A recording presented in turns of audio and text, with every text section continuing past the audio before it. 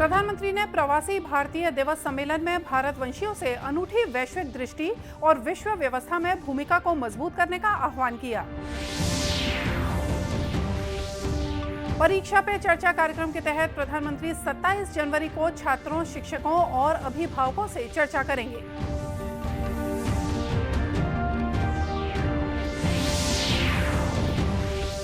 प्रदेश में जिला, जनपद पंचायत सदस्य, सरपंच, पंच और पार्षद के 711 पदों के लिए आज हुआ उपचुनाव।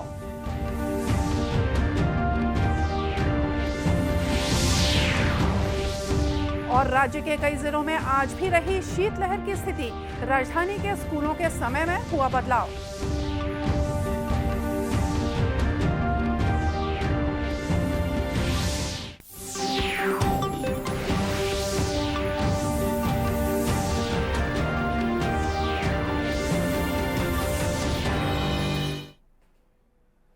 नमस्कार, आप देख रहे हैं दूरदर्शन समाचार। मैं हूं मोनिका शर्मा और आइए अब देखते हैं समाचार विस्तार से।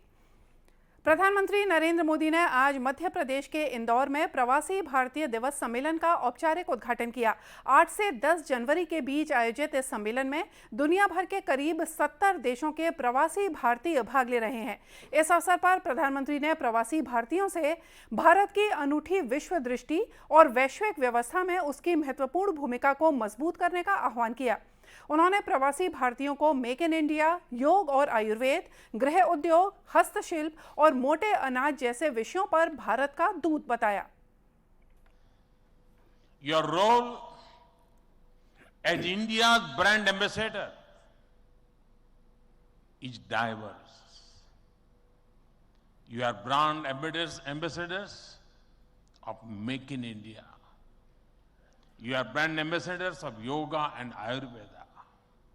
You are also brand ambassadors of India's cottage industries and handicrafts. At the same time, you are also brand ambassadors of India's millets.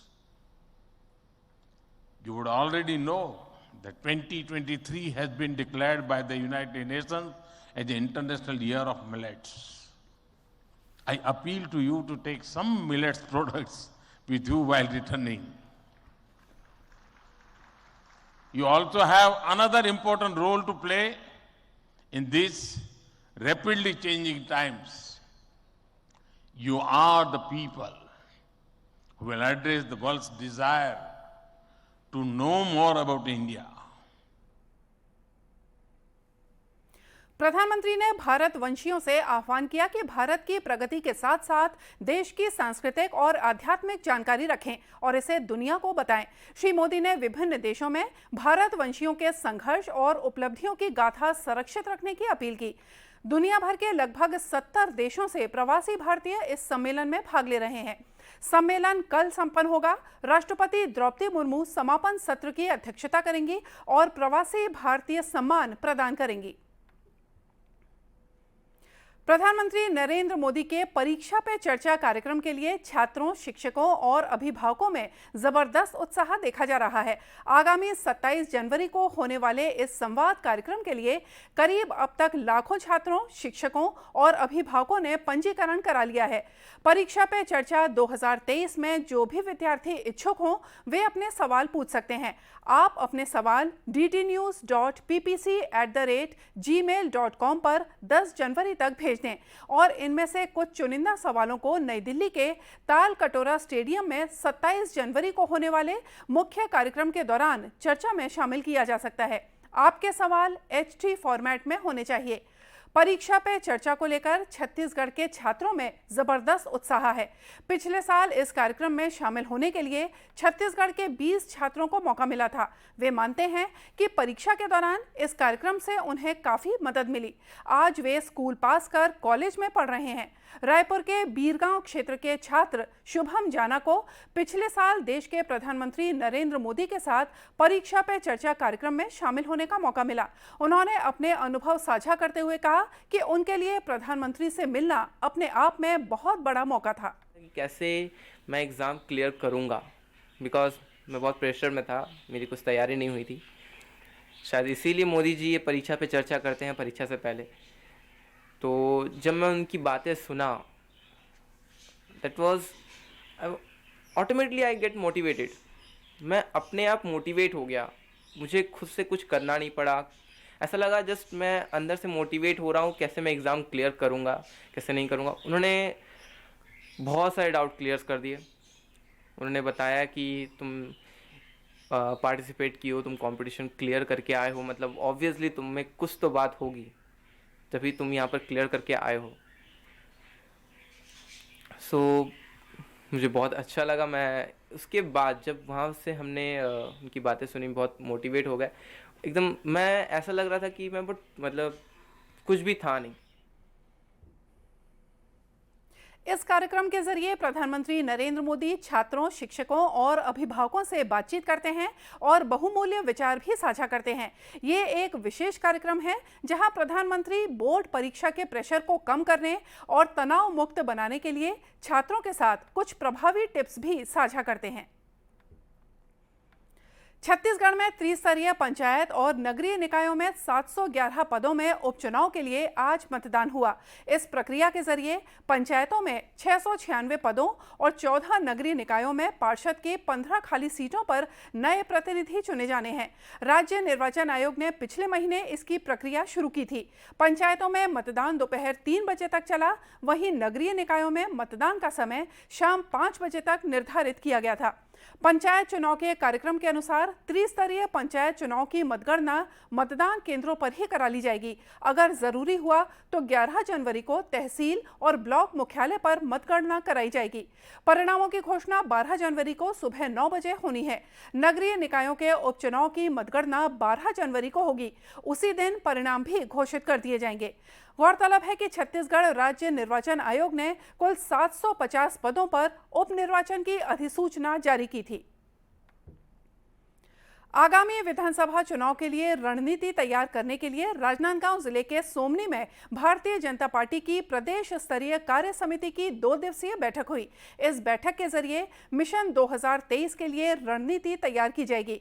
इस बैठक के लिए 150 से ज्यादा प्रदेश स्तरीय दिग्गज नेताओं को आमंत्रित किया गया था, जो जिले के 167 शक्ति बूथ केंद्रों में जाकर भाजपा की योजनाओं और संगठनात्मक संरचना की जानकारी लेकर अपनी रिपोर्ट तैयार करेंगे। पार्टी के राष्ट्रीय उपाध्यक्ष डॉक्टर 24 घंटों के दौरान रायपुर और दुर्ग जिले में हुए 2 अलग-अलग हादसों में 4 लोगों की मौत हो गई। पहुंचाया जाएगा। आगे और शक्ति केंद्र के, खासतौर से शक्ति केंद्र के प्रभारी संयोजक, सह संयोजक और 25 सदस्यों से बात करेंगे और पार्टी की योजना, खासतौर से मोदी जी के 8 साल के उपलब्धियों के बारे में चर्चा करेंगे। सरकार की असफलता जैसे 16 लाख आवास गरीबों का छीना है, जल जीवन मिशन, भ्रष्टाचार के सारे मुद्दे भूपेश सरकार के, ईडी से लेकर सीडी तक सारी विषयों की चर्चा नीचे स्तर में पहुंचाने का काम करेंगे। और डेवलपमेंट 15 साल जो भारतीय जनता पार्टी के शासनकाल में जो विकास हुआ है, उस विकास के बारे में याद दिलाएंगे कि हमारी सरकार ने कैसा काम किया था। अब ये सरकार 4 साल में सिर्फ नरवा गरवा घुरवा बारी में उलझ कर रह गई है, विकास के कोई काम नहीं हो रहे हैं। तो ये एक मैसेज पूरे जिले में जाएगा। बैठक में प्रदेश प्रभारी ओम माथुर, सह प्रभारी नितिन नवीन, भाजपा अध्यक्ष अरुण साव, क्षेत्रीय संगठन महामंत्री अजय जामवाल, प्रदेश संगठन महामंत्री पवन साय, नेता प्रतिपक्ष नारायण चंदेल समेत तमाम राज्य स्तरीय छत्तीसगढ़िया ओलंपिक्स के दूसरे दिन भी और अब बात करते हैं खेलों में अपनी प्रदेश में दिखाने के लिए खिलाड़ियों में पड़ रही कड़ाके की ठंड के चलते राजधानी के सरकारी और निजी स्कूलों का समय बदलने का आदेश आज जारी कर दिया गया है। स्कूलों के खुलने के समय 1 घंटे का बदलाव किया गया है। रायपुर के छोटे और बड़े सरकारी स्कूल अब सुबह 8 बजे से लगेंगे। पहली पाली में स्कूलों में 8 से 12 और दूसरी पाली में दोपहर 12:30 बजे से शाम 5 बजे तक कक्षाएं लगेंगी। मौसम विभाग के अनुसार प्रदेश में उत्तर से ठंडी और शुष्क हवाओं का आगमन लगातार जारी है। मौसम विभाग ने 10 जनवरी तक सरगुजा, बिलासपुर और दुर्ग संभाग के कई जिलों में शीतलहर की चेतावनी जारी की है, जिसके अनुसार अगले 48 घंटों के दौरान प्रदेश के कोरिया, सूरजपुर, बलरामपुर, सरगुजा, जशपुर, कबीरधाम, बिलासपुर, पेंड्रा रोड, दुर्ग और उससे लगे जिलों में 1-2 स्थानों में शीतलहर चलने की संभावना है। मौसम विभाग के उप महानिदेशक ML साहू ने बताया कि 10 जनवरी तक यही स्थिति बनी रहेगी। और आसपास में जो है शीतलहर की स्थिति है। इसका मुख्य कारण ये है कि अभी उत्तरी हवाएं, शुष्क हवाएं आ रही है हमारे यहाँ पे, और ये स्थिति अभी 2 दिन रहने वाली है। 2 दिन के बाद में मौसम में परिवर्तन आएगा, क्योंकि उत्तर भारत में एक पश्चिमी विक्षोभ सक्रिय हो रहा है, तो उसके असर से जो है हवा की दिशा फिर बदल जाएगी। तो 11 तारीख से फिर टेम्परेचर जो है, मिनिमम टेम्परेचर वो बढ़ेगा और ठंड में थोड़ी कमी आएगी। उधर कबीरधाम जिले में आज दूसरे दिन भी कोहरा छाया रहा। चिल्फी घाटी में रविवार सुबह न्यूनतम तापमान 2.7 डिग्री सेल्सियस पहुंच गया था, जो कि प्रदेश के किसी भी जिले के तापमान की तुलना में सबसे कम है। जिले में ठंड से बचाव को लेकर स्वास्थ्य विभाग ने अलर्ट भी जारी किया है। जांजगीर चांपा जिले में छत्तीसगढ़ राज्य ग्रामीण आजीविका मिशन ने ग्रामीण महिलाओं को रोजगार के नए साधन उपलब्ध कराए हैं। इससे उन्हें घर बैठे ही काम मिल रहा है, बल्कि इससे उनकी आर्थिक स्थिति में भी सुधार आया है। जांजगीर जिला मुख्यालय से लगे बलौदा ब्लॉक के ग्राम कुदरी में बिहान की महिलाओं को ग्लिसरीन साबुन, डिटर्जेंट पाउडर, फिनाइल और अगरबत्ती बनाने का निःशुल्क प्रशिक्षण दिया गया है। बिहान से जुड़ी रेवती यादव ने बताया कि प्रशिक्षण के बाद महिलाएं गांव में ही स्वरोजगार स्थापित करने के लिए काफी उत्साहित हैं। रेवती यादव है, मैं FLCRP Baloda block Kota cluster से हूँ। एक ग्राम कुदरी घुटिया मोर क्षेत्र है, जी हम पंचायत के रूप में मिले हुए हैं। यहाँ मैं काम करता हूँ। ज़्यादा से ज़्यादा महिला मतलब आगे आए बात प्रोत्साहित करता हूँ। ये पहला गांव है जी हाँ, बिहान के बारे में कुछ मतलब जानकारी नहीं है, न मन आजीविका के बारे में जाने, न कुछ मतलब काम ला आगे बढ़ा के तरीका नहीं जाने। ये मतलब हमन आज निःशुल्क प्रशिक्षण देवाए हैं सर्फ, साबुन, फिनाइल, अगरबत्ती के, जेकर से मन बहुत खुश आवे और निःशुल्क ट्रेनिंग ले लेके मन चाहते कि अपन घर में भी हमन करबो और अपन आर्थिक स्थिति ले सुधारें और सशक्तिकरण लात हमें भी और अपन आजीविका ले भी सुधारें। बहुत अच्छा लगी सामान। हमारे गाँव के बोला कि मैं सर्फ, फिनाइल बनाबो, साबुन बनाबो, बहुत अच्छा लगी से बोला थी। घर से बहुत प्रोत्साहित हुई से हमारे गाँव में। आज हमन साबुन सर्फ के ट्रेनिंग दी से हमन का कहते हमन बनाए हैं, देखे हैं, बना के बताई से हमन बढ़िया लगी से और हम बना के कोशिश करबो। आपको बता दें कि छत्तीसगढ़ राज्य ग्रामीण आजीविका मिशन बिहान के अंतर्गत गठित महिला स्व सहायता समूहों को निःशुल्क प्रशिक्षण देकर उन्हें रोजगार से जोड़ा जा रहा है। रायपुर में हो रहे राज्य स्तरीय छत्तीसगढ़िया ओलंपिक के दूसरे दिन भी पारंपरिक उत्साह नजर आया।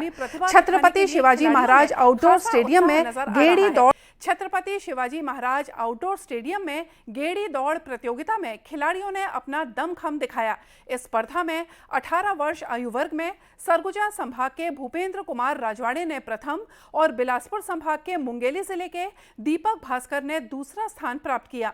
वहीं 18 से 40 आयु वर्ग में दुर्ग संभाग के कवर्धा जिले के पुनेश धुर्वे ने प्रथम स्थान प्राप्त किया। इसी प्रकार 40 प्लस आयु वर्ग में बिलासपुर जिले के तखतपुर के आत्माराम ने बाजी मारी।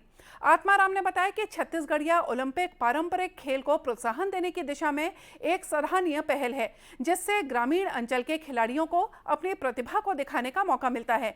इन प्रतियोगिताओं में खिलाड़ियों का उत्साह देखते ही बन रहा है।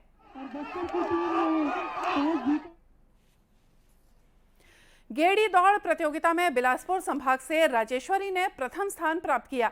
इसी प्रकार 18 से 40 आयु वर्ग में बिलासपुर संभाग की सफीला कंवर ने पहला स्थान प्राप्त किया। रायपुर संभाग की ओशोबाई ने 1 घंटा 32 मिनट तक फुगड़ी करके सबको आश्चर्य में डाल दिया। वहीं फुगड़ी में ही बागबहरा महासमुंद रायपुर संभाग के एवन पटेल ने 18 वर्ष से कम आयु वर्ग में पहला स्थान प्राप्त किया। और आइए अब देखते हैं कुछ खबरें जिलों से।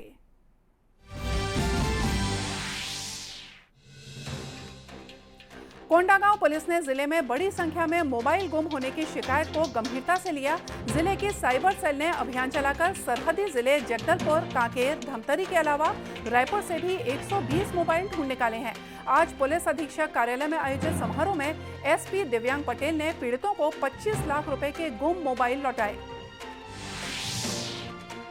स्वास्थ्य मंत्री टीएस सिंहदेव ने रविवार को सरगुजा जिले में कई विकास योजनाओं का भूमि पूजन और लोकार्पण किया।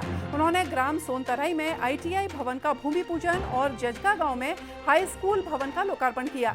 इस मौके पर उन्होंने कहा कि आईटीआई के छात्रों को रोजगार उपलब्ध कराने के लिए विशेष प्रयास किए जाएंगे। धमतरी जिले में लंबे समय से सहारा इंडिया परिवार द्वारा निवेशकों को भुगतान नहीं किए जाने से नाराज लोगों ने आज नगर में धरना प्रदर्शन किया। निवेशकों ने प्रशासन से मांग की कि सहारा इंडिया परिवार प्रमुख और 4 डायरेक्टर्स के खिलाफ FIR दर्ज की जाए। जानकारी के अनुसार धमतरी जिले में 15,000 से ज्यादा निवेशक हैं। और इसी के साथ ये समाचार बुलेटिन यहीं समाप्त हुआ। नमस्कार।